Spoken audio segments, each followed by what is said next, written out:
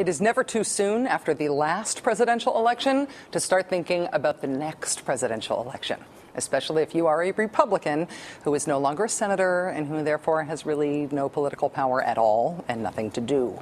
Let's look in on the GOP in exile. Dust in the wind. All we are is dust in the wind. Former Republican Senator Rick Santorum of Pennsylvania is apparently on a college tour right now, giving students lectures about what he thinks is actually going on in the Muslim world. His latest stop, the University of Nebraska, where, according to the Daily Nebraskan, Senator Santorum tried to impress upon the audience the importance of his insight that Muslims take their religious texts literally. The Daily Nebraskan quotes Senator Santorum saying, quote, "A democracy could not exist because Muhammad already made the perfect law. The Quran is perfect just the way it is. That's why it is only written in Islamic." Right. And of course, the Torah was written in Jewish. And we are broadcasting right here, right now, in American. We contacted Senator Santorum's office today to see if the Daily Nebraskan got his views right. His staff explained to us that he was just explaining the views of the jihadists. Well, okay then. It's not just Rick Santorum, though. For many conservatives, Islam has become something of a cottage industry in the past 7.5 years, specifically exposing Islam. Leaders like Mike Huckabee and like George W. Bush have tried to popularize terms like Islamofascism, a term that craftily implies that Muslims are all radicals bent on destruction.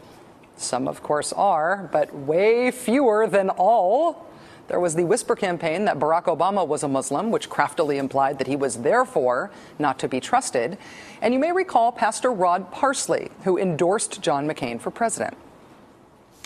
Islam is an anti-Christ religion that intends through violence to conquer the world. Senator McCain did later reject Rod Parsley's endorsement, perhaps fearing that a fear campaign was unwise. But has this become part of how the Republican Party is defining itself in opposition? Joining us now is my friend, Reverend Dr. Welton Gaddy. He's a Baptist minister from the great state of Louisiana. He's also president of the Interfaith Alliance. Reverend Gaddy, it is great to see you. Thanks for being on the show tonight. All right, Joe. Good to see you. What is your reaction to what the Daily Nebraskan quotes Senator Santorum as having said? Well, I would think, first of all, if you're going to do a college tour, you might get the language thing a little bit closer to right. Secondly, Rachel, it's more of the same. What the religious right has done from the very beginning that is most detrimental to the nation and probably most detrimental to religion is that it has measured spirituality and the authenticity of spirituality, whatever the religion, not by the criteria of religion, but by loyalty that is political in nature and directed to socio-political issues. That's what Santorum's doing here. And to simplify what happens there, if you don't agree with me, you're wrong, and I'll attack you. Well, in terms of that, defining that loyalty, in terms of judging religions, judging religious belief, judging religious practice, is it to make a political point? What I'm worried about here, it's not just Senator Santorum having said something dumb and offensive, but the idea that there may be a sort of developing cottage industry in right-wing politics in America to expose Islam, to attack Islam as a religion, as if it needs to be debunked in some way. Yeah, there's no question that that's true, and that gets reflected in some of the alarming polling figures about anti-Islamic feelings, even in mainstream America. The idea is that we come at this from both a religious and a political perspective as right-wing Christians in America, primarily right-wing Christians, and primarily Republicans, as a matter of fact. However, you come at this to debunk the religion which gives authority to the political perspective. And Rachel, what bothers me about this, and particularly when this kind of pejorative stuff goes on in the name of religion, I was in the Middle East this past week at a conference in Doha, Qatar, with a lot of Muslim people for a U.S. Islam conference.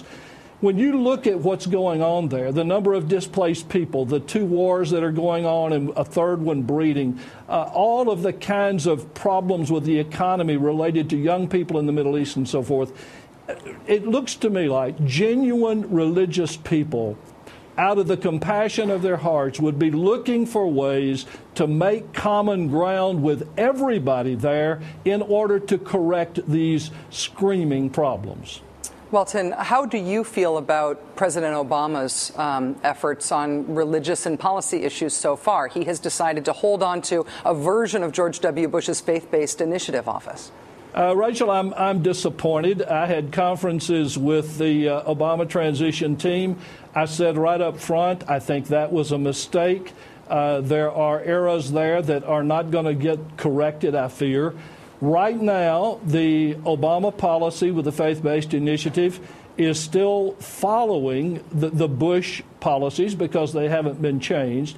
There are 2 major areas which I hope the Obama administration will change. One has to do with direct funding of sectarian organizations by federal funds. That can be changed fairly easily by requiring recipients to make a 501c3 organization out of its entity, putting up a firewall between that organization and government. Second is getting rid of those organizations being able to receive federal funds and then break civil rights laws and discriminate in employment practices and sometimes among recipients. Those have to be changed. There is a partnership that can exist and exist well between religion and government and their agencies, but it is going to take a relationship defined by law, held to accountable standards, that lets religion be religion and government be government and not try to mix the two. Which is the thing that is best for both, we've learned Absolutely. through history. Reverend Welton Gaddy, president of the Interfaith Alliance, thank you so much for joining us, Welton. It's great to see you.